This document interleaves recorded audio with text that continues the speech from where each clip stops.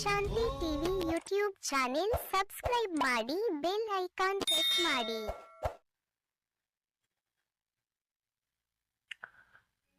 ಓಂ ಶಾಂತಿ. ನಾವೆಲ್ಲ ಆತ್ಮರು ಭ್ರೂ ಮಧ್ಯದಲ್ಲಿ ಸ್ಮೃತಿ ಸ್ವರೂಪರಾಗುತ್ತಾ ನಾವೆಲ್ಲ ಆತ್ಮರ ತಂದೆ ಪರಂಪಿತ ಶಿವ ತಂದೆಯನ್ನ ಪರಮಧಾಮದಲ್ಲಿ ಸ್ಮೃತಿ ಮಾಡಿಕೊಂಡು ಪ್ರಜಾಪಿತ ಬ್ರಹ್ಮ ತಂದೆ ಜಗದಂಬಾ ಸರಸ್ವತಿ ಮಮ್ಮ ತಾಯಿಯವರನ್ನ ಸೂಕ್ಷ್ಮವಾಗಿ ಸೂಕ್ಷ್ಮವತನದಲ್ಲಿ ಸ್ಮರಿಸಿಕೊಂಡು ಯಜ್ಞದ ಎಲ್ಲ ಆದಿರತ್ನರನ್ನ ನಿಮಿತ್ತ ಎಲ್ಲ ಶಿಕ್ಷಕಿ ಅಕ್ಕಂದಿರನ್ನ ಸಮಸ್ತ ಈಶ್ವರಿಯ ಪರಿವಾರವನ್ನು ಸ್ಮೃತಿ ಮಾಡಿಕೊಂಡು ಪ್ರತಿದಿನದಂತೆ ಈ ದಿನವೂ ಸಹ ಈ ಒಂದು ಮುರಳಿ ಚಿಂತನೆಯಲ್ಲಿ ಭಾಗವಹಿಸಿ ಆಲಿಸುತ್ತಿರುವ ನನ್ನೆಲ್ಲ ಸಹೋದರಾತ್ಮರಿಗೆ ಆತ್ಮೀಯವಾದ ಸ್ವಾಗತ ಸುಸ್ವಾಗತ.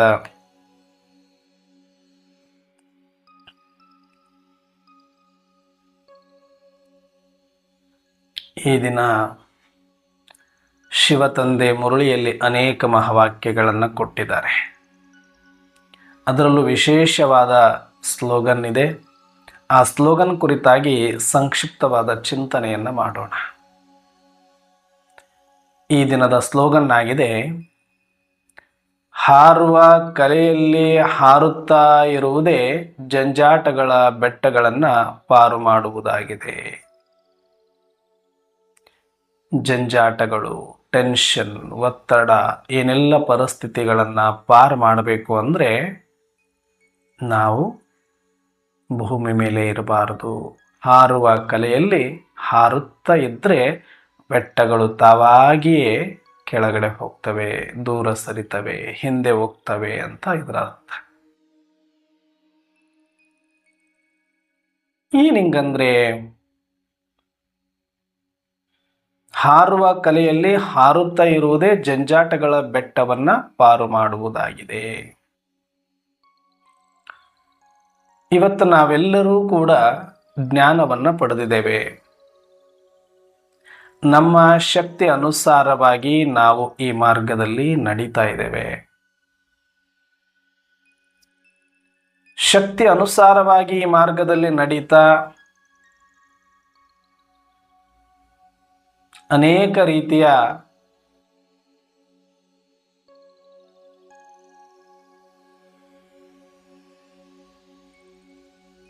ಪರಿಸ್ಥಿತಿಗಳನ್ನು ಎದುರಿಸ್ತಾ ಹೋಗ್ತಾ ಇದ್ದೇವೆ. ಬ್ರಾಹ್ಮಣ ಅಂತಂದ್ರೇನೆ ನಾವು ಈ ಲೋಕದಲ್ಲಿ ಇರುವವರಲ್ಲ. ಬ್ರಾಹ್ಮಣರು ಸೂಕ್ಷ್ಮವತನವಾಸಿಗಳು.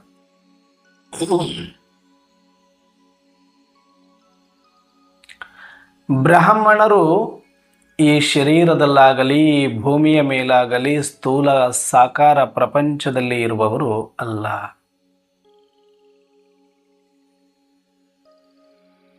ಶರೀರ ಇಲ್ಲೇ ಇರಬಹುದು. ಬ್ರಾಹ್ಮಣ ಅಂತ ನಾನು ವಸ್ತ್ರವನ್ನು ಧರಿಸುವುದಲ್ಲ, ಬ್ರಾಹ್ಮಣ ಅಂತ ನಾನು ಬ್ಯಾಡ್ಜ್ ಅನ್ನು ಧರಿಸುವುದಲ್ಲ, ಬ್ರಾಹ್ಮಣ ಅಂತ ನಾನು ಒಂದಷ್ಟು ಸ್ಥೂಲ ನಿಯಮಗಳನ್ನು ಅಳವಡಿಸಿಕೊಳ್ಳುವುದಲ್ಲ. ಬ್ರಾಹ್ಮಣ ಅಂತಂದ್ರೆ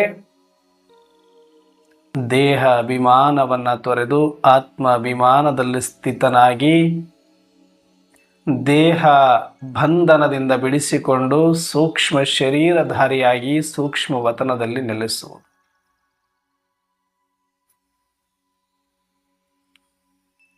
ಬಾಬಾರವ್ರು ಹೇಳ್ತಾರೆ, ಮಕ್ಕಳೇ ನಿಮ್ಮ ಕಾಲು ಭೂಮಿಯ ಮೇಲೆ ಮಣ್ಣಲ್ಲಿ ಇರಬಾರದು. ಈ ಒಂದು ಕೆಸರಿದೆ ಅಂತ ತಿಳ್ಕೊಳ್ಳಿ. ಕೆಸರು ಕಾಲಿಗತ್ತುತ್ತೆ. ನಾನು ನಡೆಯೋದು ಹೆಂಗೆ ಅಂತಂದ್ರೆ, ಹಾರೋದಕ್ಕೆ ರೆಕ್ಕೆ ಇದ್ದವನು ಕಾಲಿಗೆ ಕೆಸರತ್ತುತ್ತೆ ಅಂತ ಯೋಚನೆ ಮಾಡೋದಿಲ್ಲ. ನಡಿಬೇಕಾದಾಗ ಕಾಲು ಉಪಯೋಗಿಸ್ತಾನೆ, ಹಾರಬೇಕಾದಾಗ ರೆಕ್ಕೆ ಉಪಯೋಗಿಸ್ತಾನೆ. ಹಾಗೆ ಬ್ರಾಹ್ಮಣರು ಅಂತಂದ್ರೆ ನಾವು ಬರೀ ಕಾಲಿನಿಂದ ನಡೆಯುವವರಲ್ಲ, 2 ರೆಕ್ಕೆಗಳಿಂದ ಹಾರುವವರು. ಯಾವುದು? ಜ್ಞಾನ ಮತ್ತು ಯೋಗ ಅನ್ನುವ 2 ಬಲಿಷ್ಠ ರೆಕ್ಕೆಯನ್ನ ಪರಮಾತ್ಮ ನಮಗೆ ಜ್ಞಾನವನ್ನೂ ಕೊಟ್ಟು ಯೋಗವನ್ನೂ ಕಲಿಸಿ ನರನನ್ನ ಫರಿಸ್ತೆಯನ್ನಾಗಿ ಮಾಡಿದ್ದಾರೆ. ಬ್ರಾಹ್ಮಣ ಅರ್ಥಾತ್ ಪಂಕೆವಾಲೆ. ಬ್ರಾಹ್ಮಣ ಅಂದ್ರೇನೆ ನಮಗೆ ಜ್ಞಾನ ಮತ್ತು ಯೋಗದ ರೆಕ್ಕೆಗಳು ಬಂದಿರಬೇಕು. ಒಂದು ಮೊಟ್ಟೆ ಅದು ಸೀಳಿಕೊಂಡು ಹೊರಗಡೆ ಬಂದಾಗ ಆ ಮರಿಗೆ ರೆಕ್ಕೆ ಇರುತ್ತೆ. ರೆಕ್ಕೆ ಬಲಿಯುವವರೆಗೆ, ರೆಕ್ಕೆ ಆಕಾರ ತಾಳುವವರೆಗೆ ಅದು ಮೊಟ್ಟೆಯೊಳಗಡೆನೆ ಇರುತ್ತೆ. ಹೇಗೋ ಹಾಗೆ ನಾವು ಕೂಡ ಈ ಬ್ರಹ್ಮಾಂಡದ ಸ್ಥೂಲ ಸಾಕಾರ ಪ್ರಪಂಚದ ಮೊಟ್ಟೆಯೊಳಗಡೆ ಇದ್ದಂಥ ಮರಿಗಳ ಹಾಗೆ ಇದ್ದವರು ನಾವೆಲ್ಲ. ನಮ್ಮ ರೆಕ್ಕೆ ಬಲಿತಿಲ್ಲದೆ ಇರುವುದರಿಂದ ಈ ಪ್ರಪಂಚದ ಭವಬಂಧನವನ್ನು ಬಿಡಿಸಿಕೊಂಡು ಹೊರ ಬರಲಿಕ್ಕೆ ಆಗಿರಲಿಲ್ಲ. ಯಾವಾಗ ಸ್ವಯಂ ಪರಮಾತ್ಮ ಆ ಮೊಟ್ಟೆಗೆ ಹೇಗೆ ಆ ತಾಯಿ ಕಾವನ್ನ ಕೊಟ್ಟಾಗ, ಅದರ ಶಕ್ತಿಯನ್ನ ಕೊಟ್ಟಾಗ, ಅದರ ಪ್ರೀತಿಯನ್ನ ಕೊಟ್ಟಾಗ ಅದರಲ್ಲಿ ಮರಿಗಳು ರೆಕ್ಕೆಗಳು ಬಲಿತುಕೊಳ್ಳುವಂತೆ ಸ್ವಯಂ ಪರಮಾತ್ಮ ತಾಯಿಯಾಗಿ ನಾವೆಲ್ಲ ಆತ್ಮರ ಮೊಟ್ಟೆಗೆ ಕಾವನ್ನ ಕೊಟ್ಟು, ಜ್ಞಾನದ ಕಾವನ್ನು ಕೊಟ್ಟು, ಯೋಗದ ಕಾವನ್ನು ಕೊಟ್ಟು, ಜ್ಞಾನ ಯೋಗ ಎನ್ನುವ 2 ರೆಕ್ಕೆಯನ್ನು ಬಲಿಸಿ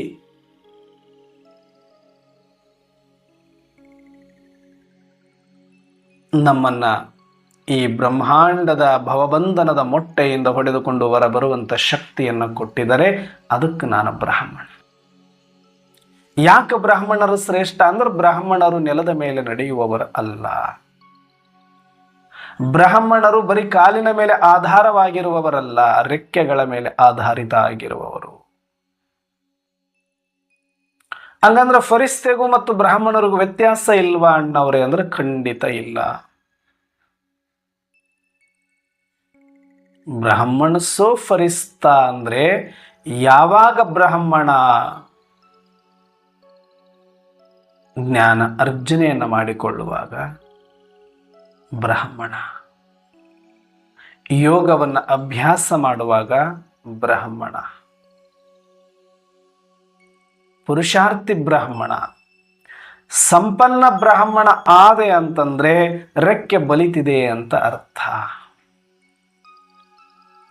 ಆರಂಭದಲ್ಲಿನೇ ಎಲ್ಲರ ರೆಕ್ಕೆಗಳು ಬಲಿಯೋದಿಲ್ಲ. ಜ್ಞಾನವನ್ನ ಕೇಳ್ತಾ ಕೇಳ್ತಾ ಕೇಳ್ತಾ ಕೇಳ್ತಾ ಜ್ಞಾನದ ರೆಕ್ಕೆಯನ್ನ ಬಲಿಸಿಕೊಳ್ಳಬೇಕು. ಯೋಗವನ್ನ ಮಾಡ್ತಾ ಮಾಡ್ತಾ ಮಾಡ್ತಾ ಮಾಡ್ತಾ ಯೋಗದ ರೆಕ್ಕೆ ಬಲಿಬೇಕು. ಆಗ ನಾನು ಈ ಸಾಕಾರ ಪ್ರಪಂಚದ ಭವಬಂಧನದ ಮೊಟ್ಟೆಯನ್ನ ಒಡೆದು ಹೊರಬಂದು ಫರಿಸ್ತೆಯಾಗಿ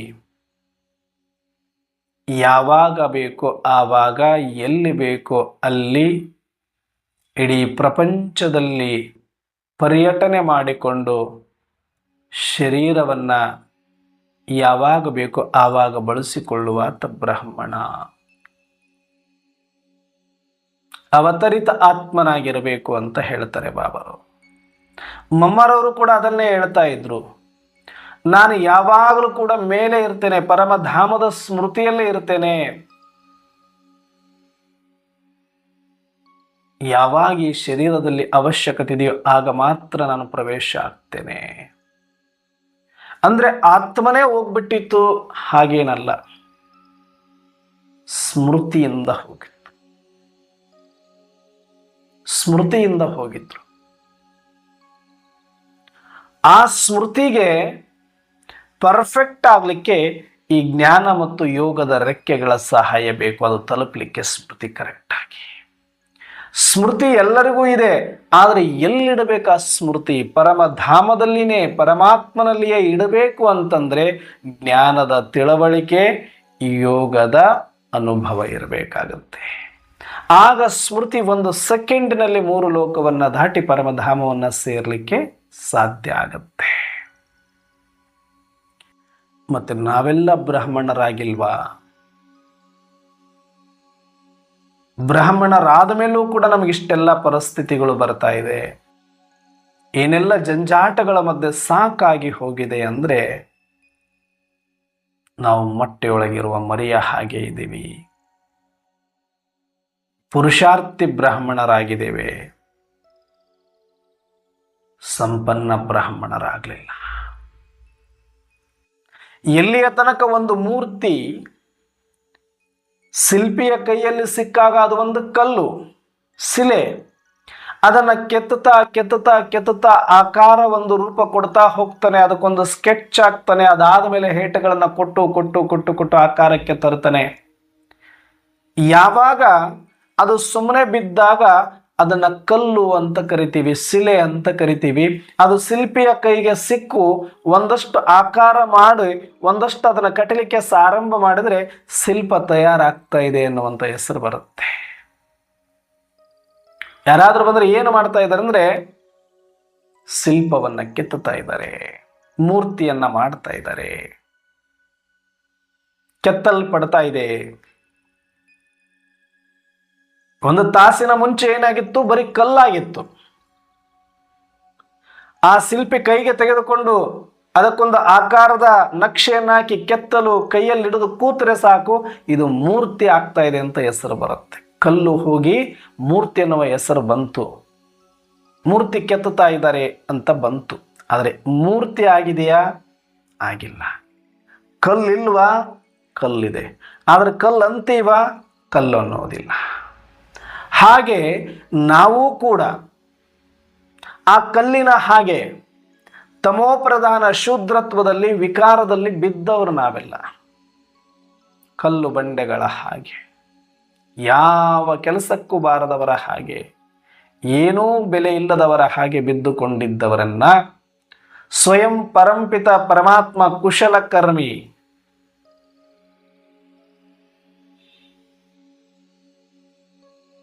ಕೈ ಎತ್ತಿಕೊಂಡು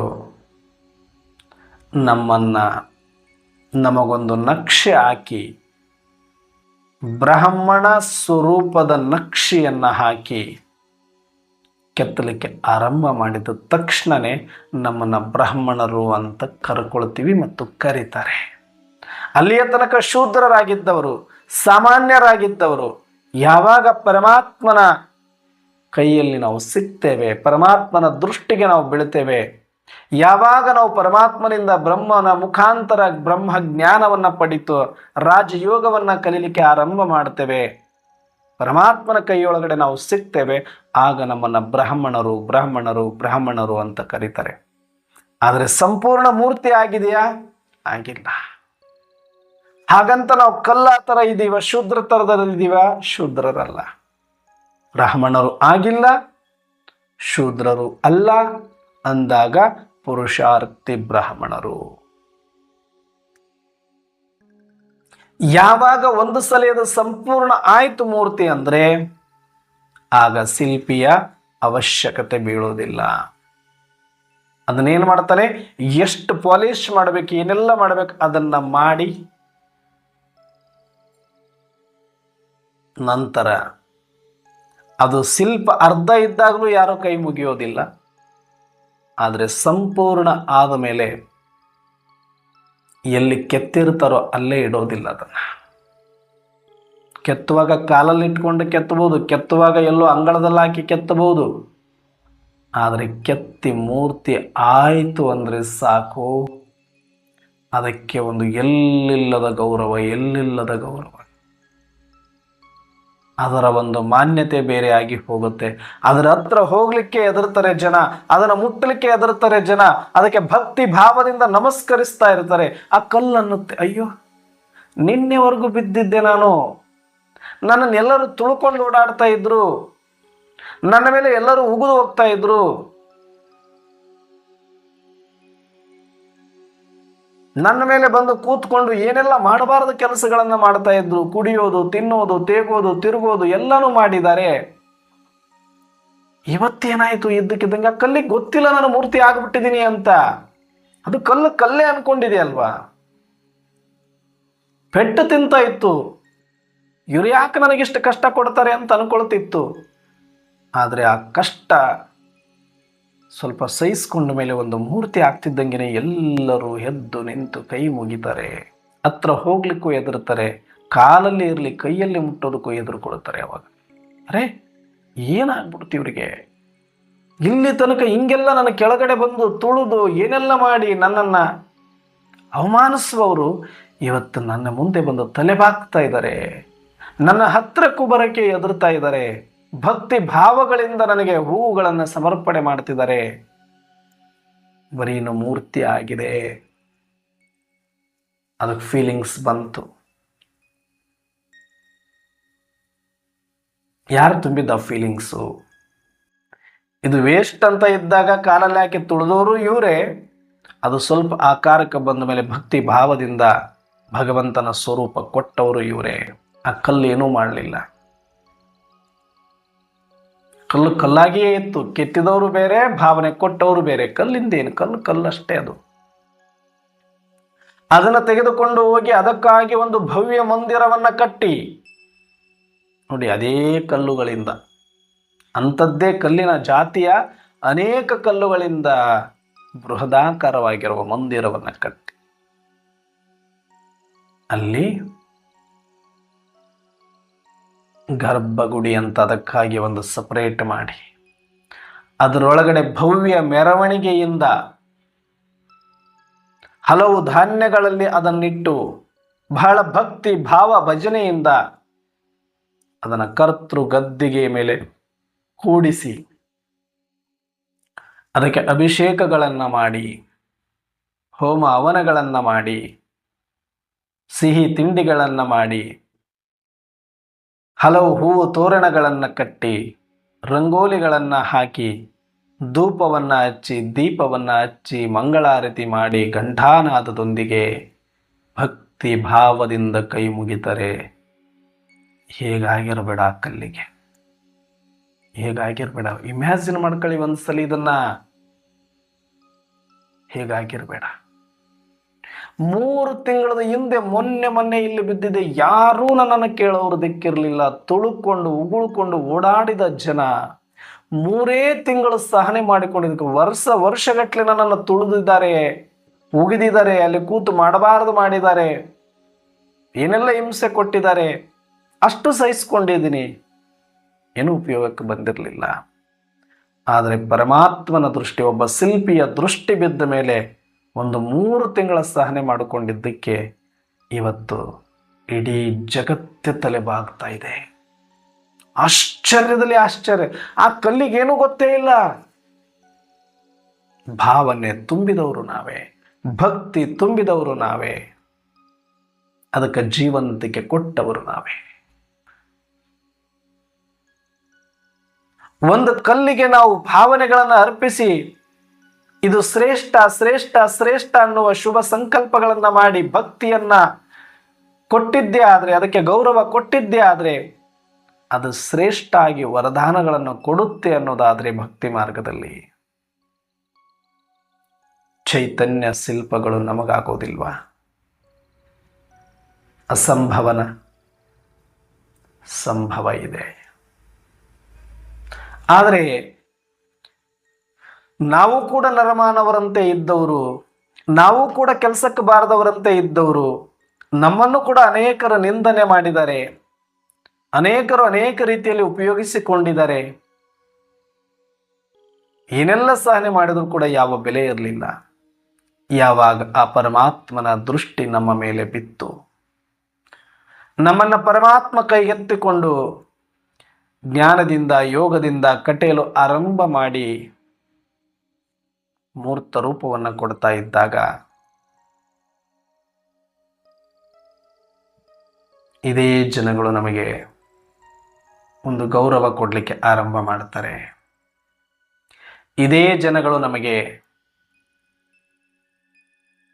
ಒಳ್ಳೆ ಭಾವನೆಯನ್ನಿಟ್ಟು ಶುಭ ಆಶೀರ್ವಾದವನ್ನು ಕೊಡ್ತಾರೆ. ಆಗ ನಮಗೇ ಗೊತ್ತಿಲ್ಲದಂಗೆ, ನಮಗೇ ಅರಿವು ಬರಲಾರ್ದಂಗೆ ನಾವು ದೊಡ್ಡವರು, ನಾವು ಶ್ರೇಷ್ಠ ಅನ್ನುವ ಭಾವದಲ್ಲಿ ಬಂದು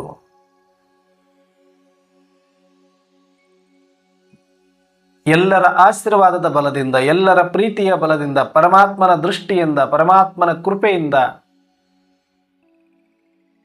ಒಂದು ಮೂರ್ತ ರೂಪವನ್ನು ಪಡಿತೇವೆ.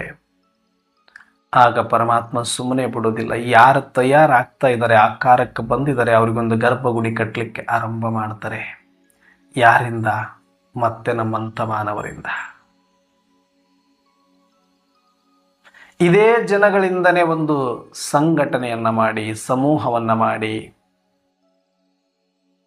ಒಂದು ಗರ್ಭಗುಡಿಯಂತೆ ತಯಾರು ಮಾಡಿ ಅವರೆಲ್ಲರಿಗಿಂತ ಒಂದಷ್ಟು ಮೇಲೆ ಇಡುತ್ತಾರೆ. ಅವರೆಲ್ಲರೂ ಕೂಡ ಭಕ್ತಿ ಭಾವದಿಂದ ಗೌರವವನ್ನು ಕೊಡ್ತಾರೆ. ಏನೂ ಇಲ್ಲದವನು ನಾನು ಇವತ್ತು ಏನೆಲ್ಲವೂ ಆಗುವಂತೆ ಮಾಡ್ತಾರೆ. ಕೆಲಸಕ್ಕೆ ಬಾರದವರು ಅಂತ ನಮ್ಮನ್ನು ನೋಡೋರೆಲ್ಲ ಇವರೇ ನಮ್ಮ ಕೆಲಸಕ್ಕೆ ಬರುವವರು ಅಂತ ತಿಳಿದು ನಮಗೆ ಗೌರವ ಕೊಡುತ್ತಾರೆ. ಹಾಗೆ ನಾವು ಕೂಡ ಪರಮಾತ್ಮ ಶಿವ ತಂದೆಯಿಂದ ಮೂರ್ತಿ ಆಗಲಿಕ್ಕೆ ಆತನ ಕೈಗೆ ಸಿಕ್ಕ ಶಿಲ್ಪಗಳು. ಜ್ಞಾನ ಕೇಳಿ ಕೇಳಿ ಕೇಳಿ ಕೇಳಿ ಜ್ಞಾನದ ರೆಕ್ಕೆಯನ್ನು, ಯೋಗದ ರೆಕ್ಕೆಯನ್ನು ಬಲಿಷ್ಠ ಮಾಡಿಕೊಂಡಾಗ ನಾವು ಫರಿಸ್ತೆ ಆಗಬೇಕು.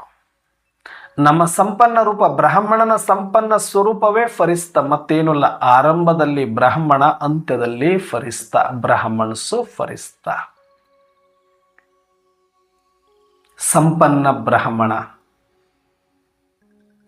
ಹೇಳೋದೆಲ್ಲದಕ್ಕೂ ಮೂರ್ತಿ ಅಂದರೂ ಕೂಡ ಅದಿನ್ನು ಕೆತ್ತಲಿಕ್ಕೆ ಆರಂಭ ಮಾಡಿರ್ಬೋದು, ನಕ್ಷೆ ಹಾಕಿರ್ಬೋದು, ಗುರುತಿಸ್ತಾ ಇರಬಹುದು.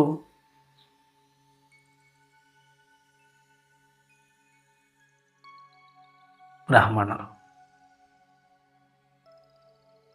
ಆದರೆ ಸಂಪನ್ನ ಬ್ರಾಹ್ಮಣ ಯಾರು?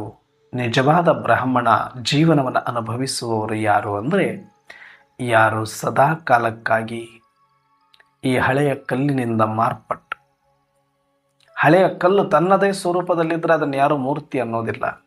ಬೇಡವಾದದ್ದನ್ನೆಲ್ಲ ತೆಗೆದು ಮೂರ್ತಿಗೆ ಎಷ್ಟು ಬೇಕೋ ಅಷ್ಟನ್ನು ಉಳಿಸಿಕೊಂಡಿದ್ರೆ ಅದು ಮೂರ್ತಿ. ಹಾಗೆ ಈ ದೇಹದ ಅಭಿಮಾನದಲ್ಲಿ ಏನೆಲ್ಲ ವಿಕಾರಗಳಿಂದ, ಏನೆಲ್ಲ ಈ ಶುದ್ಧತ್ವ ಇತ್ತು ಅದೆಲ್ಲವನ್ನ ತೆಗೆದು ಒಬ್ಬ ಸತ್ಯ ಶುದ್ಧ ಬ್ರಾಹ್ಮಣನಾಗಲು ಏನು ಬೇಕು ಅಷ್ಟನ್ನು ಸಂಸ್ಕಾರ ಉಳಿಸಿಕೊಂಡು ಮೂರ್ತ ರೂಪವನ್ನು ಪಡೆದಾಗ ನಾವು ಫರಿಸ್ತೆ ಆಗ್ತೇವೆ.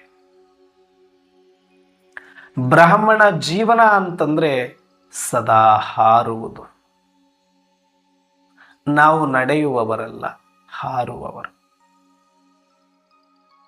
ಯಾರು ನಡೀತಾರೆ ಅಂದರೆ ಯಾರಲ್ಲಿ ಸೂಕ್ಷ್ಮ ಶಕ್ತಿ ಜಾಗೃತಿ ಆಗಿಲ್ವೋ, ಯಾರಲ್ಲಿ ನಿರಾಕಾರ ಶಕ್ತಿ ಜಾಗೃತಿ ಆಗಿಲ್ವೋ ಅವರು ಸಾಕಾರದ ಮೇಲೆ ಅವಲಂಬಿತ ಆಗಿರುವ ಕಾರಣ ಅವರು ಶರೀರದಲ್ಲೇ ಇರ್ತಾರೆ. ಅವರು ಕಾಲು ನಡೀತಾರೆ, ನೀರು ಅಂದರೆ ಈ ಒಂದು ಭೂಮಿಯ ಮೇಲೆ ಇರುತ್ತದೆ ಅಂತ.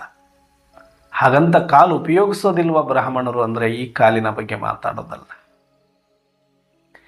ಯಾರ ಒಳಗಡೆ ಆ ಸೂಕ್ಷ್ಮ ಶಕ್ತಿ ಜಾಗೃತಿ ಆಗಿದೆ, ಅರ್ಥಾತ್ ದೇಹಾಭಿಮಾನವನ್ನು ಯಾರು ಸಂಪೂರ್ಣವಾಗಿ ಕಳೆದುಕೊಂಡು ಆತ್ಮದ ಸ್ಮೃತಿಯಲ್ಲಿದ್ದು ಪರಮಾತ್ಮನ ನೆನಪಲ್ಲಿ ಇರ್ತಾ ಇರ್ತಾ ಇರ್ತಾ ಇರ್ತಾ ಆ ಪವಿತ್ರ ಸ್ವರೂಪದಲ್ಲಿ ಬಂದು ತಮ್ಮನ್ನು ತಾವು ಶ್ರೇಷ್ಠ ಅಂತ ಅಂದುಕೊಂಡು ಎಲ್ಲಿಯ ತನಕ ನಾವು ಕನಿಷ್ಠ ಈ ದೇಹದ ಭಾವದಲ್ಲಿ, ಪಾತ್ರದ ಭಾವದಲ್ಲಿ ಇರುತ್ತೇವೆಯೋ ಅಲ್ಲಿಯ ತನಕ ನಮಗೆ ಫರಿಸ್ತ ಆಗಲಿಕ್ಕೆ ಸಾಧ್ಯ ಆಗೋದಿಲ್ಲ.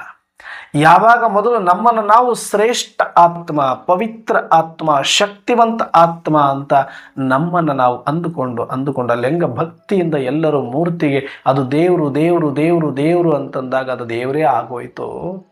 ಹಾಗೆ ನಮ್ಮ ಒಳಗಡೆ ಇರತಕ್ಕಂಥ ಒಂದು ಚೈತನ್ಯವನ್ನು ನಾವು ಶ್ರೇಷ್ಠ ಪವಿತ್ರ ಅಂತ ಅಂದು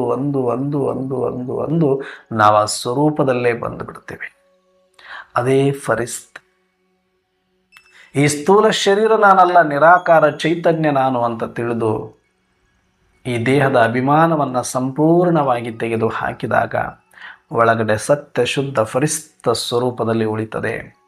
ಆಗ ಆ ಸ್ವರೂಪ ಯಾವಾಗ ಬೇಕಾದರೂ ಎಲ್ಲಿ ಬೇಕಾದರೂ ಇಡೀ ಬ್ರಹ್ಮಾಂಡವನ್ನು ಪರ್ಯಟನೆ ಮಾಡಬಹುದು.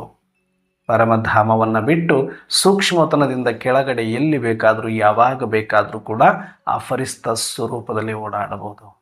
ಆದರೆ ಸ್ಮೃತಿ ಎಲ್ಲಿರುತ್ತೆ? ಸದಾ ಪರಮಧಾಮದಲ್ಲಿ ಇರುತ್ತೆ. ಸ್ಮೃತಿ, ಆತ್ಮಿಕ ಸ್ಮೃತಿ, ಪರಮಾತ್ಮನ ಸ್ಮೃತಿ, ಪರಮಧಾಮದ ಸ್ಮೃತಿಯಲ್ಲಿ ಸದಾ ಕಾಲ ಇರುತ್ತೆ. ಅವರೇ ಫರಿಸ್ತ. ಆದರೆ ಸೂಕ್ಷ್ಮ ಶರೀರಧಾರಿಯಾಗಿ ಪರಮಧಾಮಕ್ಕೂ ಹೋಗ್ಲಿಕ್ಕಾಗದೇ ಇರೋದ್ರಿಂದ ಸ್ಮೃತಿಯಿಂದ ಮಾತ್ರ ಪರಮಧಾಮದಲ್ಲಿ ಇರ್ತಾರೆ. ಆದರೆ ಸೂಕ್ಷ್ಮ ಶರೀರವಾಸಿಗಳಾಗಿರೋದ್ರಿಂದ ಸೂಕ್ಷ್ಮ ವತನದವರೆಗೆ ಹೋಗಿ ಸಂಚಾರವನ್ನು ಮಾಡಿ ಬರ್ತಾರೆ.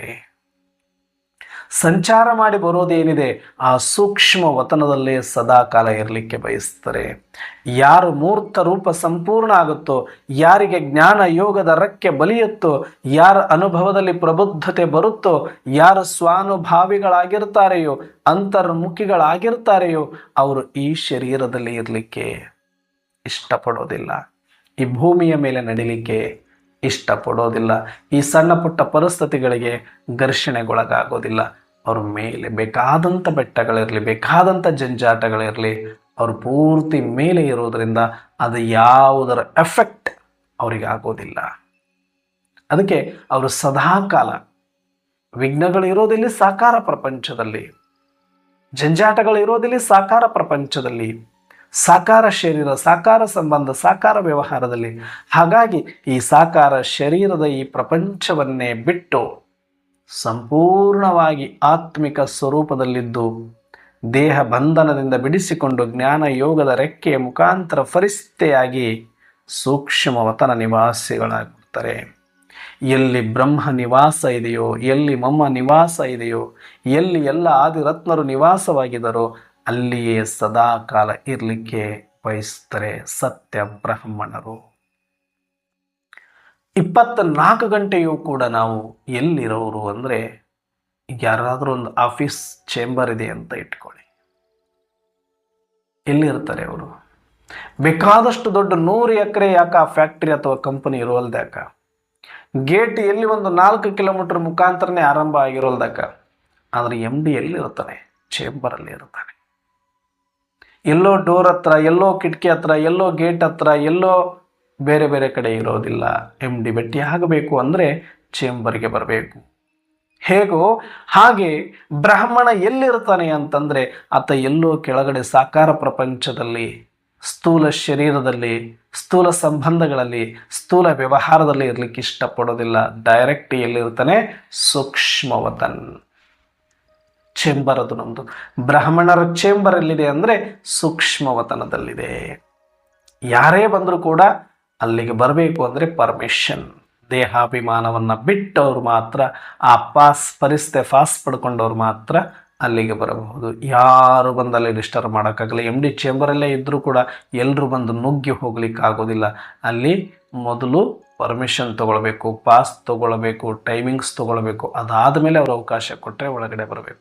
ಹಾಗೆ ಸೂಕ್ಷ್ಮವತನದಲ್ಲಿ ಇರೋದರಿಂದ ಅಲ್ಲಿ ಯಾರೂ ಕೂಡ ಈ ಥರ ದೇಹಾಭಿಮಾನದಲ್ಲಿರುವವರು, ವಿಕಾರದಲ್ಲಿರುವವರು, ಅಪವಿತ್ರದಲ್ಲಿರುವವರು ಯಾರೊಬ್ಬರು ಕೂಡ ಆ ಸೂಕ್ಷ್ಮತನಕ್ಕೆ ಬರಲಿಕ್ಕೆ ಸಾಧ್ಯ ಇರೋದಿಲ್ಲ. ಹಾಗಾಗಿ ಅಲ್ಲಿ ಯಾವುದೇ ಡಿಸ್ಟರ್ಬೆನ್ಸ್ ಇರೋದಿಲ್ಲ. ಅದಕ್ಕೆ ಅಲ್ಲಿ ಪ್ರಶಾಂತವಾದ ವಾತಾವರಣ, ತಿಳಿಯಾದ ವಾತಾವರಣ, ಬಿಳಿಯಾದ ವಾತಾವರಣ, ಶ್ವೇತವರ್ಣದ ಆ ಸೂಕ್ಷ್ಮವತನದಲ್ಲಿ ಆ ಲೈಟ್ ಸ್ವರೂಪ, ಮೈಟ್ ಸ್ವರೂಪ ಸದಾ ತಂಗಾಳಿಯ ಹಾಗೆ ಪ್ರಶಾಂತವಾಗಿ ಎಲ್ಲ ಪರಿಸ್ಥಿತಿಗಳು ಆರಾಮವಾಗಿ ಶಾಂತಿಯಲ್ಲಿ ಇರ್ತಾರೆ. ಅವರಿಗೆ ಯಾರು ಡಿಸ್ಟರ್ಬ್ ಮಾಡೋರು ಅಲ್ಲಿರೋದಿಲ್ಲ. ಅದಕ್ಕೆ ಅಲ್ಲಿ ಪ್ರಶಾಂತವಾಗಿರುತ್ತೆ ಅಂತಲೇ ಯಾವಾಗಲೂ ಬ್ರಾಹ್ಮಣರ ಮೇಲೆ ಆರ್ಲಿಕ್ಕೇ ಕಾಯ್ತಿರ್ತಾರೆ. ಕೆಳಗಡೆ ಇರೋದು ಇಷ್ಟ ಇಲ್ಲ ಅವರಿಗೆ. ಕೆಳಗಡೆ ಬರಬೇಕು ಅಂದರೆ ನಿಮಿತ್ತ ಏನೋ ಇಲ್ಲಿ ಕೆಲಸ ಕಾರ್ಯ ಇದ್ದಾಗ ಪಾತ್ರಕ್ಕಾಗಿ ಒಳಗಡೆ ಬರ್ತಾರೆ, ಅವತರಿತ ಆಗ್ತಾರೆ, ಮತ್ತೆ ಹೋಗ್ತಾರೆ. ಅದಕ್ಕೆ ಯಾವಾಗಲೂ ಆಲೋಕದಲ್ಲಿರುವವರು, ಆರೂಢಿಯಲ್ಲಿರುವವರು, ಈ ರೂಢದಲ್ಲಿರುವವರಲ್ಲ. ಆರೂಢ ಅಂದರೆ ಮೇಲಿನ ರೂಢಿ, ಸೂಕ್ಷ್ಮವತನದ ರೂಢಿಯಲ್ಲಿರುವವರು. ಈ ಸ್ಥೂಲವತನದ ರೂಢದಲ್ಲಿ ಇರುವುದಿಲ್ಲ ಅವರು. ಅದಕ್ಕೆ ಯಾರು ಅಲ್ಲೇ ಇರ್ತಾರೆಯೋ, ಇಲ್ಲಿ ಏನು ಬೆಟ್ಟ ಬಂದ್ರೇನು, ಇಲ್ಲಿ ಏನು ಬಾಂಬು ಬಿದ್ದರೇನು, ಇಲ್ಲಿ ಏನು ಭೂಕಂಪ ಆದ್ರೇನು, ಇಲ್ಲೇನು ರಕ್ತದ ನದಿ ಹರಿದ್ರೇನು, ಏನಾಗೋದಿದೆ ಪರಿಸ್ಥಿತಿಗಳಿಗೆ, ಏನಾಗೋದಿದೆ ಬ್ರಾಹ್ಮಣರಿಗೆ. ಹಾಗಾಗಿ ನಾವಿದೆಲ್ಲವನ್ನು ಅರ್ಥ ಮಾಡಿಕೊಂಡು ಇಡೀ ದಿನ ಎಲ್ಲಿರಬೇಕು ನಾವು? ಸೂಕ್ಷ್ಮ ವತನವಾಸಿ, ಉಡನೆ ವಾಲ. ಹಾರುವ ಕಲೆಯಲ್ಲಿ ಹಾರ್ತಾ ಇರೋರಾಗಬೇಕು. ಆಗ ನಮಗೆ ಜಂಜಾಟಗಳು, ಈ ಬೆಟ್ಟಗಳ ಒಂದು ಹಾವಳಿ ಇರೋದಿಲ್ಲ, ಯಾವುದೇ ಪರಿಸ್ಥಿತಿಗಳ ಪ್ರಭಾವ ಅಲ್ಲಿರೋದಿಲ್ಲ. ಯಾವಾಗಲೂ ಅಲ್ಲೇ ಇರಬೇಕು. ಸ್ಮೃತಿ ಪರಮಧಾಮದಲ್ಲಿಡಿ, ಆದರೆ ಸೂಕ್ಷ್ಮವತನ ವಾಸಿಗಳೇ ನಾವಾಗಿರಬೇಕು. ಇಲ್ಲಿ ಬ್ರಹ್ಮ ಮಮ್ಮ ದಾದಿಯರಿದ್ದಾರೆ. ಯಾವಾಗ ನಾವು ಕಂಪ್ಲೀಟಾಗಿ ಈ ಸಾಕಾರ ಪ್ರಪಂಚವನ್ನು, ಸಾಕಾರ ಶರೀರವನ್ನು, ಸಾಕಾರ ವ್ಯವಹಾರಗಳನ್ನು ಸ್ಮೃತಿಯಿಂದ ಬಿಟ್ಟು ಪಾತ್ರಕ್ಕನುಸಾರವಾಗಿ ಎಷ್ಟು ಬೇಕೋ ಅಷ್ಟು ಮಾತ್ರ ಮಾಡ್ತಾ ಸಾಕ್ಷಿಯಾಗಿ ಈ ಪಾತ್ರವನ್ನು ನೋಡ್ತಾ ಎಲ್ಲರ ಪಾತ್ರವನ್ನು ಸಾಕ್ಷಿಯಾಗಿ ನೋಡಲಿಕ್ಕೆ ಬಂದರೆ ಮಾತ್ರನೇ ನಾವು ಸೂಕ್ಷ್ಮವತನದಲ್ಲಿ ವಾಸ ಮಾಡಲಿಕ್ಕೆ ಸಾಧ್ಯ. ಅಲ್ಲಿ ಕೂತ್ಕೊಂಡು ಒಂದು ಪಿಕ್ಚರ್ ಥರ, ಒಂದು ಸಿನಿಮಾ ಥರ ಭೂಲೋಕವನ್ನು, ಈ ಸಾಕಾರ ಲೋಕವನ್ನು ನೋಡ್ತಾ ಇರುವಂಥವರೇ ಸತ್ಯ ಬ್ರಾಹ್ಮಣರು. ನೀವು ಕೇಳಿರ್ಬೋದು ಘಟನೆಯಲ್ಲಿ, ಬ್ರಹ್ಮ ಬಾಬರವರು ಯೋಗದಲ್ಲಿ ಇರ್ತಾ ಇದ್ರು. ಯಾವಾಗಲೂ ಒಂದು ಸಲ ಯೋಗದಲ್ಲಿ ಕೂತಾಗ ಒಬ್ಬರವ್ರನ್ನ ಕೊಲೆ ಮಾಡಲಿಕ್ಕೆ ಕಳಿಸ್ತಾರೆ. ಚಾಕು ಹಿಡ್ಕೊಂಡು ಕೊಲೆನೇ ಮಾಡಬೇಕು ಅಂತ ಬರ್ತಾರೆ. ಒಂದು ವೇಳೆ ಸಾಕಾರದಲ್ಲೇ ಇದ್ದರೆ ಬ್ರಹ್ಮ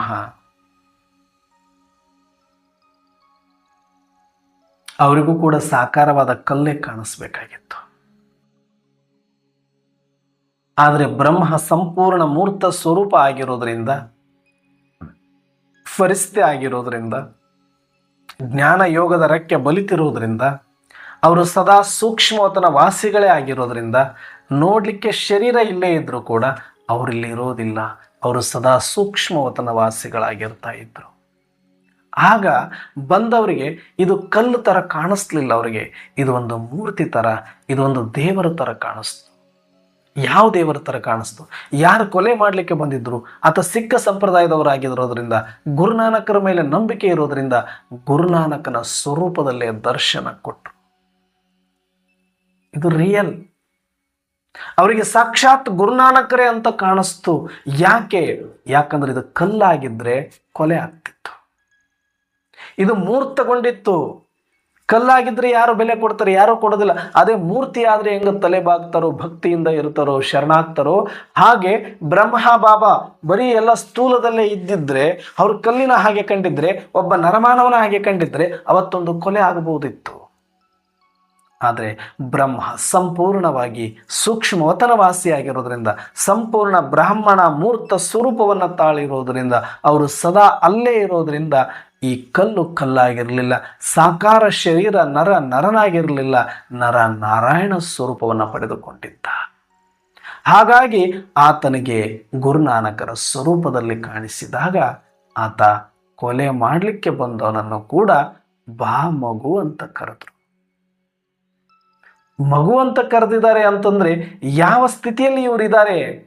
ಮೂರ್ತ ಸ್ಥಿತಿಯಲ್ಲಿದ್ರು, ಸಂಪೂರ್ಣ ಸ್ಥಿತಿಯಲ್ಲಿದ್ರು, ಸಂಪನ್ನ ಸ್ಥಿತಿಯಲ್ಲಿದ್ರು, ಫರಿಸ್ತಾ ಸ್ಥಿತಿಯಲ್ಲಿದ್ರು, ಪ್ರಜಾಪಿತ ಬ್ರಹ್ಮನ ಸ್ಮೃತಿಯಲ್ಲಿದ್ರು, ಸಂಪೂರ್ಣ ಮೂರ್ತ ಸ್ವರೂಪ ಆಗ್ಬಿಟ್ಟಿದ್ರು. ಅದಕ್ಕೆ ಬಾ ಮಗು. ಯಾವುದೇ ಒಂದು ದೇವಸ್ಥಾನದ ದೇವಿಯ ಮೂರ್ತಿ ಅಥವಾ ದೇವರ ಮೂರ್ತಿ ಇದ್ದಾಗ ಕಳ್ಳನನ್ನು ಕೂಡ ಮಗುವಿನ ದೃಷ್ಟಿಯಲ್ಲೇ ನೋಡ್ತಾರೆ ಮೂರ್ತಿಗಳು, ದೇವತೆಗಳು. ಹೇಗೋ ಹಾಗೆಯೇ ಪ್ರಜಾಪಿತ ಬ್ರಹ್ಮನ ಸ್ವರೂಪದಲ್ಲಿ ತಂದೆಯಾಗಿ ಎಲ್ಲರನ್ನ ಮಕ್ಕಳ ಹಾಗೆ ನೋಡುವಂತೆ ಬಾ ಮಗು ಎಂದ ತಕ್ಷಣವೇ ಗದ್ಗದಿತನಾಗಿ ನೋಡ್ತಾನೆ. ಆಗ ಗುರುನಾನಕರ ಸಾಕ್ಷಾತ್ಕಾರವಾಗಿ ತನ್ನ ಚಾಕುವನ್ನು ಬಿಸಾಕಿ ಶರಣಾಗ್ತಾನೆ ಎನ್ನುವಂಥದ್ದನ್ನು ಕೇಳಿದ್ದೀವಿ. ಇನ್ನ ಮಮ್ಮಾರವರು ಮೇಲ್ಗಡೆ ಯೋಗಕ್ಕೆ ಕುಳಿತುಕೊಂಡಾಗ ಮನೆಗೆ ಬೆಂಕಿ ಇಡ್ಲಿಕ್ಕೆ ಬರ್ತಾರೆ. ಎಲ್ಲಿದ್ದಾರೆ ಮಮ್ಮಾರವರು? ಎಲ್ಲಿದ್ದಾರೆ ನಿಮ್ಮ ಜಗದಂಬ ಅಂತ ಕೇಳಿದಾಗ ಅಲ್ಲಿ ಸನ್ನೆ ಮಾಡಿದಾಗ ಹೋಗಿ ನೋಡ್ತಾರೆ, ಸಾಕ್ಷಾತ್ ದೇವಿಯ ಹಾಗೆ ಯೋಗದಲ್ಲಿ ಇರ್ತಾರೆ. ಯಾಕಂದ್ರೆ ಅವರು ಸಾಕಾರದಲ್ಲಿ ಇದ್ದರೆ ಈ ಜಂಜಾಟಗಳ ಬೆಟ್ಟಗಳನ್ನು ಎದುರಿಸಬೇಕಾಗ್ತಿತ್ತು. ಅವ್ರು ಯಾರು ಸಾಕಾರ ಲೋಕದಲ್ಲಿ ಇರಲಿಲ್ಲ. ಸದಾ ಕಾಲಕ್ಕಾಗಿ ಸಂಪೂರ್ಣ ಸ್ವರೂಪದ ಸ್ಮೃತಿಯನ್ನು ಸದಾ ಪರಮಧಾಮದಲ್ಲಿಟ್ಟು ನಿರಂತರ ಯೋಗಿಗಳಾಗಿದ್ದರು, ಫರಿಸ್ತೆಗಳಾಗಿದ್ದರು, ಜ್ಞಾನ ಯೋಗದ ರೆಕ್ಕೆಗಳಿಂದ ಮೇಲೆ ಹಾರುವವರಾಗಿದ್ದರು. ಹಾಗಾಗಿ ಅವರಿಗೆ ಯಾವುದೇ ಪರಿಸ್ಥಿತಿಗಳು ಬೆಟ್ಟದ ರೂಪದಲ್ಲಿ ಬಂದರೂ ಕೂಡ ಅದರ ಪ್ರಭಾವ ಇವರಿಗೆ ಆಗ್ತಾ ಇರಲಿಲ್ಲ. ಅದನ್ನು ಮೇಲೆ ಹಾರಿಕೊಂಡು ಹಾಗೆ ಪಾರಾಗಿ ಬಂದು ಬಿಡ್ತಾ ಇದ್ರು. ಹಾಗೆ ಅಂತಂಥ ವಿಘ್ನಗಳಂತೂ ನಮಗಿಲ್ಲ, ಅಂತಂಥ ಪರಿಸ್ಥಿತಿಗಳು ನಮಗಿಲ್ಲ. ಆದರೆ ಸಣ್ಣ ಪುಟ್ಟವೇ ನಮಗೆ ಪರಿಸ್ಥಿತಿಗಳು ಅನ್ನಿಸ್ತವೆ. ಯಾಕೆ ಅಂದರೆ ನಾವಿನ್ನು ಕೆಳಗಡೆ ಇದ್ದೀವಿ, ನಾವಿನ್ನು ಸಂಪೂರ್ಣ ಮೂರ್ತ ಸ್ವರೂಪವನ್ನು ಪಡೀಲಿಲ್ಲ, ನಮಗಿನ್ನೂ ಜ್ಞಾನ ಯೋಗದ ರೆಕ್ಕೆಗಳು ಬಲಿತಿಲ್ಲ, ಸೂಕ್ಷ್ಮ ವತನದಲ್ಲಿ ಇರುವಂಥ ಅಭ್ಯಾಸವನ್ನು ನಾವು ಮಾಡಲಿಲ್ಲ, ಸೂಕ್ಷ್ಮ ವತನದಲ್ಲಿ ಇರುವಂಥ ಇಷ್ಟವನ್ನು ನಾವು ಅಪೇಕ್ಷವನ್ನು ಪಡೀಲಿಲ್ಲ. ಹಾಗಾಗಿ ನಾವು ಎಲ್ಲಿಯ ತನಕ ಈ ಸಾಕಾರ, ಶರೀರ, ಪರಿವಾರ, ವ್ಯವಹಾರ ಅಂತ ಇರ್ತೇವೋ ಅಲ್ಲಿಯ ತನಕ ಇದು ನಮಗೆ ಸಣ್ಣ ಸಣ್ಣದು ಕೂಡ ಬೆಟ್ಟಗಳ ಹಾಗೆ ನಮಗೆ ಅನಿಸುತ್ತೆ, ಭಾರ ಆಗುತ್ತೆ, ಜೀವನ ಒತ್ತಡ ಆಗುತ್ತೆ. ಆದರೆ ಯಾವಾಗ ಪರಮಾತ್ಮನ ಕೈಗೆ ಸಿಕ್ಕಾಗಿದೆ, ಮೂರ್ತ ರೂಪವನ್ನು ಪಡಿತಾ ಇದ್ದೇನೆ, ನಾನು ಮೂರ್ತ ಮೂರ್ತ ಮೂರ್ತ, ನಾನು ಶ್ರೇಷ್ಠ ಬ್ರಾಹ್ಮಣ, ಶ್ರೇಷ್ಠ ಫರಿಸ್ತ ಅಂತ ಹೇಳ್ತಾ ಹೇಳ್ತಾ ಹೇಳ್ತಾ ಹೇಳ್ತಾ ಹೇಳ್ತಾ ಶ್ರೇಷ್ಠ ದೇವಾತ್ಮನಾಗಬೇಕು. ಯಾವ ಜಗತ್ತು ನನ್ನನ್ನು ಕಡೆಗಣಿಸ್ತಾ ಇತ್ತು ಅದೇ ಜಗತ್ತಿನ ಜನಗಳು ಬಂದು ನನ್ನ ಮುಂದೆ ಭಾಗಬೇಕು. ಭಾಗ್ತಾರೆ. ಭಾಗಿಸುವುದು ನಮ್ಮ ಉದ್ದೇಶವಲ್ಲ, ಆದರೆ ಭಾಗುತ್ತೆ ಜಗತ್ತು. ಪ್ರಕೃತಿ ಯಾವುದು ನಮಗೆ ವಿಕೋಪ ಅಂದ್ಕೊಳ್ತೀವಿ, ಯಾವ ಪ್ರಕೃತಿಯಿಂದ ತೊಂದರೆ ಅಂದ್ಕೊಳ್ತೀವಿ, ಅದೇ ಪ್ರಕೃತಿ ನಮಗೆ ಶರಣಾಗಿ ದಾಸಿಯಾಗಿ ನಮ್ಮ ಸೇವೆಗೆ ನಿಲ್ಲುತ್ತೆ. ಯಾವಾಗ ನಾನು ಮೂರ್ತ ಅಂತ ಮೊದಲು ನನ್ನನ್ನು ಅಂದ್ಕೊಳ್ಬೇಕು, ನಾನು ಪರಮಾತ್ಮನ ಕೈಯಲ್ಲಿರುವ ಪರಮಾತ್ಮನ ಶಿಲ್ಪಿಯಾಗಿ ನನ್ನನ್ನು ಕೆತ್ತುತ್ತಾ ಇದ್ದರೆ ನಾನು ಯೋಗಿ ಆತ್ಮ, ನಾನು ಜ್ಞಾನಿ ಆತ್ಮ, ನಾನು ಬ್ರಾಹ್ಮಣ ಆತ್ಮ, ನಾನು ಶ್ರೇಷ್ಠ ಆತ್ಮ, ನಾನು ಫರಿಸ್ತ ಆತ್ಮ, ನಾನು ದಿವ್ಯ ಆತ್ಮ, ನಾನು ಅವತರಿತ ಆತ್ಮ ಅನ್ನುವಂತಹ ಶ್ರೇಷ್ಠ ಸ್ವಮಾನಗಳನ್ನು ತುಂಬಿ ತುಂಬಿ ತುಂಬಿ ತುಂಬಿ ಆ ಮೂರ್ತ ಸ್ವರೂಪದಲ್ಲಿ ಬಂದಾಗ, ನಾವು ಫರಿಸ್ತ ಸ್ವರೂಪದಲ್ಲಿ ಇದ್ದಾಗ, ಸಂಪೂರ್ಣ ಬ್ರಾಹ್ಮಣ ಸ್ವರೂಪ ಆದಾಗ ಇಡೀ ಜಗತ್ತು ಪ್ರಕೃತಿ ಸಹಿತವಾಗಿ ತಲೆಬಾಗಿದಾಗ ಜಂಜಾಟಗಳೇ ಇರೋದಿಲ್ಲ. ಆ ರೀತಿಯಾಗಿ ನಾವೆಲ್ಲರೂ ಕೂಡ ಇದೇ ಒಂದು ಅಭ್ಯಾಸವನ್ನು ಮಾಡೋಣ. ಯಾರು ನಾವು ಈ ಲೋಕದಲ್ಲಿ ಇರೋದು ಬೇಡ, ಈ ಲೋಕದಲ್ಲಿ ನಾವಿರಲಿಕ್ಕೆ ಇದೀಗ ಇದು ಯೋಗ್ಯ ಇಲ್ಲ. ಹಾಗಾಗಿ ನಮಗಾಗಿಯೇ ಒಂದು ಲೋಕ ಇದೆ, ಆ ಸೂಕ್ಷ್ಮವತನ. ಇಡೀ 5,000 ವರ್ಷದಲ್ಲಿ ಈ ಸಮಯದಲ್ಲಿ ನಾವು ಅಲ್ಲಿ ಇರುತ್ತೇವೆ. ಹಾಗಂತ ಸೂಕ್ಷ್ಮವತನ ಇರೋದೇ ಇಲ್ಲ ಅಂತಲ್ಲ, ಸೂಕ್ಷ್ಮ ಲೋಕ ಇರೋದೇ ಇಲ್ಲ ಅಂತಲ್ಲ. ಈ ಜಗತ್ತಿನಲ್ಲಿ ಒಂದು ಅರ್ಥ ಮಾಡ್ಕೊಳ್ಳಿ, ಯಾವುದು ಇಲ್ಲದ್ದು ಈ ಗುಟ್ಟಿದೆ ಅನ್ನೋದು ಯಾವುದು ಇಲ್ಲ, ಅದು ಸುಳ್ಳಿನ ಮಾತು. ಸದಾ ಕಾಲ ಎಲ್ಲವೂ ಇದ್ದೇ ಇರುತ್ತೆ. ಆದರೆ ನಾವು ಅಲ್ಲಿಂದನೇ ವಾಯ ಬಂದಿದ್ದೀವಿ, ಸೂಕ್ಷ್ಮತನ ದಾಟ್ಕೊಂಡೇ ಬಂದಿದ್ದೀವಿ ಬರಬೇಕಾದ್ರೆ. ಆದರೆ ಬರಬೇಕಾದ್ರೆ ಅಲ್ಲಿ ಬರೀ ಒಂದು ಸೂಕ್ಷ್ಮ ಶರೀರ ಮತ್ತು ಮನಬುದ್ಧಿ ಸಂಸ್ಕಾರದ ಸೂಕ್ಷ್ಮ ಸಾಫ್ಟ್ವೇರ್, ಪಾತ್ರದ ಸಾಫ್ಟ್ವೇರ್ ಮಾತ್ರ ಅಲ್ಲಿ ಸಿಗುತ್ತೆ. ಅದನ್ನು ತಗೊಂಡ ಆತ್ಮ ಇಲ್ಲಿಗೆ ಬಂದು ಪಾತ್ರ ಮಾಡುತ್ತೆ. ಆದರೆ ಈ ಸಮಯದಲ್ಲಿ ಅಲ್ಲಿ ಇರುವಂಥ ಅವಶ್ಯಕತೆ ಇದೆ. ಬ್ರಾಹ್ಮಣರು ಈ 5,000 ವರ್ಷಕ್ಕೊಂದು ಸಲ ನಾವು ಅದು ಸೇಫೆಸ್ಟ್ ಪ್ಲೇಸ್ ನಮಗೆ. ಹಾಗಾಗಿ ಆ ಸೂಕ್ಷ್ಮತನನ್ನು ಬಹಳ ಇಷ್ಟಪಡುವವರು ಜಗತ್ತಿನಲ್ಲಿ ಯಾರು ಅಂದರೆ ನಾವು ಬ್ರಾಹ್ಮಣ ಆತ್ಮರು. ಹಾಗಾಗಿ ನಮಗೆ ಈ ಸಾಕಾರದ ಜಂಜಾಟ, ವಿಕಾರಗಳ ಆಲಾಪ ಇದೆಲ್ಲವೂ ಕೂಡ ನರಳಾಟ, ಇದೆಲ್ಲ ನಮಗೆ ಇಷ್ಟ ಇಲ್ಲದೆ ಇರೋದರಿಂದ ನಾವು ಅಲ್ಲಿ ಸಪ್ರೇಟಾಗಿ ಒಂದು ICU ವಾರ್ಡ್ ಇದ್ದಂಗೆ ಅದು, ಅಲ್ಲಿ ನಾವು ಸಪ್ರೇಟಾಗಿ ಇರ್ತೇವೆ. ಅಲ್ಲಿ ಯಾವುದೇ ಜಂಜಾಟಗಳು ಇರುವುದಿಲ್ಲ. ಆದರೆ ಈ ಸಮಯದಲ್ಲಿ ಅದನ್ನು ನಾವು ಬಳಸ್ಕೊಳ್ತೇವೆ. ಯಾಕಂದರೆ ಸೂಕ್ಷ್ಮತನದ ಪಾತ್ರ ಏನಿದೆ ಹಾಗಿದ್ರೆ ಇಡೀ ಕಲ್ಪದಲ್ಲಿ ಅಂದರೆ ಎಲ್ಲರ ಸೂಕ್ಷ್ಮ ಶರೀರಗಳು ಮತ್ತು ಸೂಕ್ಷ್ಮ ಇಂದ್ರಿಯಗಳು ಅಲ್ಲೇ ನಮಗೆ ಸಿಕ್ಕಿರೋದು. ಇದು ಕೆಲವೊಂದು ಸೀಕ್ರೆಟ್ ಮುಂದಿನ ಕ್ಲಾಸ್ಗಳಲ್ಲಿ ನಿಮಗೆ ಪೂರ್ತಿ ಸೂಕ್ಷ್ಮತನದ ಬಗ್ಗೆ ಹೇಳುವಾಗ ಹೇಳುತ್ತೇನೆ. ಆದರೆ ಈಗ ಅವಶ್ಯಕತೆ ಏನಿದೆ ಅಂದರೆ ಈ ಸಮಯದಲ್ಲಿ ನಾವು ಬ್ರಾಹ್ಮಣರು ಈ ಸಾಕಾರ ಪ್ರಪಂಚದಲ್ಲಿರಬಾರದು, ಈ ಲೋಕದಲ್ಲಿರುವವರಲ್ಲ, ಆ ಲೋಕದ ನಿವಾಸಿಗಳಾಗಬೇಕು. ಪರಮಧಾಮಕ್ಕಂತೂ ಹೋಗಲಿಕ್ಕೆ ನಿಯಮ ಇಲ್ಲ, ಬರೀ ಆತ್ಮ ಹೋಗೋದಿಲ್ಲ. ಅಲ್ಲಿಯ ತನಕ ನಾವು ಸೂಕ್ಷ್ಮವತನದಲ್ಲಿಷ್ಟೇ ಆಗಬೇಕು. ಎಲ್ಲಾದರೂ ಪ್ರವಾಹ ಬಂದಾಗ ಒಂದು ಸೇಫೆಸ್ಟ್ ಪ್ಲೇಸಲ್ಲಿ ತೊಗೊಂಡೋಗಿ ಲ್ಯಾಂಡ್ ಮಾಡ್ತಾರೆ ಹೇಗೋ ಹಾಗೆ ಪರಮಾತ್ಮ ಈ ಸಮಯ ನೀವೆಲ್ಲ ದೇವತೆಗಳು ಇರಲಿಕ್ಕೆ ಈ ಪ್ರಪಂಚ, ಈ ಸಾಕಾರ ಲೋಕ ಯೋಗ್ಯ ಇಲ್ಲ, ಹಾಗಾಗಿ ನಿಮಗೆ ಸೇಫ್ ಲ್ಯಾಂಡ್ ಮಾಡ್ತೀನಿ ಅಂತ ಸೂಕ್ಷ್ಮವತನದಲ್ಲಿ ಹೇಗೆ ಬಂದು ಕೂತ್ಕೊಳ್ಳೋದು ಅಂತ ಯೋಗದ ಮುಖಾಂತರ, ಜ್ಞಾನದ ಮುಖಾಂತರ ಕಲಿಸಿಕೊಟ್ಟಿದ್ದಾರೆ. ಆ ಒಂದು ಸತ್ಯವನ್ನು ಅರಿತು ನಾವೆಲ್ಲರೂ ಸ್ಮೃತಿಯನ್ನು ಪರಮಧಾಮದಲ್ಲಿ ಪರಮಾತ್ಮನಲ್ಲೇ ಇಟ್ಟರು ನಾವು ಆತ್ಮ ಅಂತ ತಿಳಿದು ದೇಹಾಭಿಮಾನವನ್ನು ಕಳ್ಕೊಂಡು ಜ್ಞಾನ ಯೋಗದ ರಕ್ಕೆ ಮುಖಾಂತರ ಫರಿಸ್ತೆಗಳಾಗಿ ಸದಾ ಸೂಕ್ಷ್ಮವತನದಲ್ಲೇ ಬ್ರಹ್ಮನ ಅಂಗ ಸಂಘದಲ್ಲೇ, ದಾದಿಯರ ಮೊಮ್ಮಾರವರ ಅಂಗ ಸಂಘದಲ್ಲೇ, ಎಲ್ಲ ಸಂಪೂರ್ಣ ಬ್ರಾಹ್ಮಣರ ಅಂಗ ಸಂಘದಲ್ಲೇ ಇದ್ದುಕೊಂಡು ಪ್ರಪಂಚ ಪರ್ಯಟನೆ ಮಾಡಿಕೊಂಡು ವಿಶ್ವ ಸೇವೆಯನ್ನು ಮಾಡುವಂತಹ ವಿಶ್ವ ಸೇವಾಧಾರಿ ಬ್ರಾಹ್ಮಣ ಆತ್ಮರಾಗೋಣ ಅಂತ ಹೇಳ್ತಾ ಇವತ್ತಿನ ಚಿಂತನೆಯನ್ನು ಮುಕ್ತಾಯ ಮಾಡ್ತಾ ಇದ್ದೀನಿ. ಎಲ್ಲರಿಗೂ ಓಂ ಶಾಂತಿ.